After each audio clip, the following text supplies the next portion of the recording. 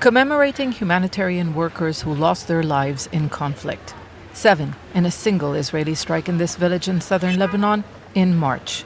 The United Nations came to the site of the attack to hold this solidarity stand to mark World Humanitarian Day. This has to stop, the UN Resident Coordinator said, while calling for international humanitarian law to be respected. So today, that is why we're here. We're here to underline that humanitarians are on the front lines. Humanitarians are there to provide assistance and protection to civilians. We need to ensure that humanitarians are protected and that civilians are protected.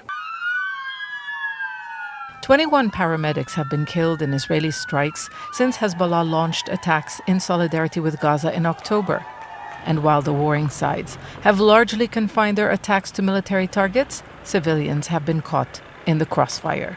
130 killed so far, more than 20 since Hezbollah promised to retaliate for Israel's killing of a top military commander on July 30.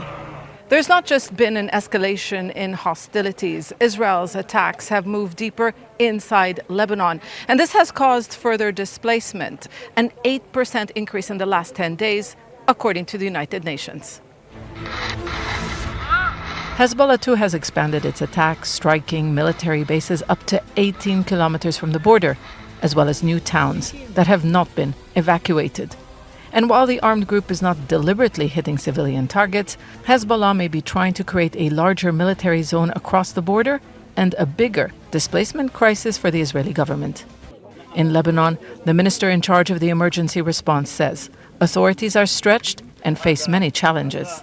We have more than 100,000 displaced Lebanese. We still have 60,000 people being here, facing all the aggression and all the attacks and doing all their best to remain in their lands.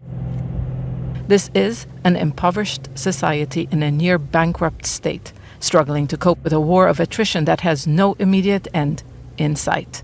Zeina, Khodr, Al Jazeera, Southern Lebanon. Make sure to subscribe to our channel to get the latest news from Al Jazeera.